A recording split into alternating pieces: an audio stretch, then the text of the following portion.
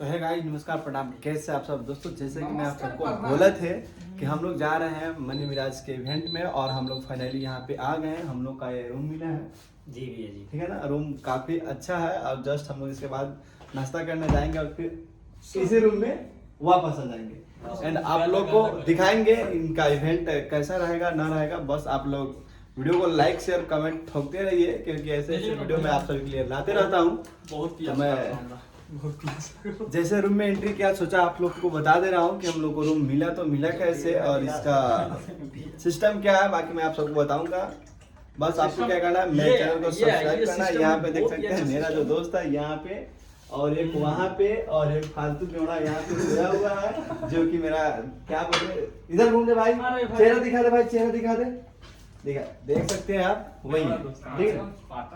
और तो चलिए दोस्त इसी के साथ वीडियो समाप्त करते हैं, फिर मिलते हैं किसी अगले वीडियो के साथ ठीक है ना। बस आप लोग चैनल को सब्सक्राइब करके रखिए।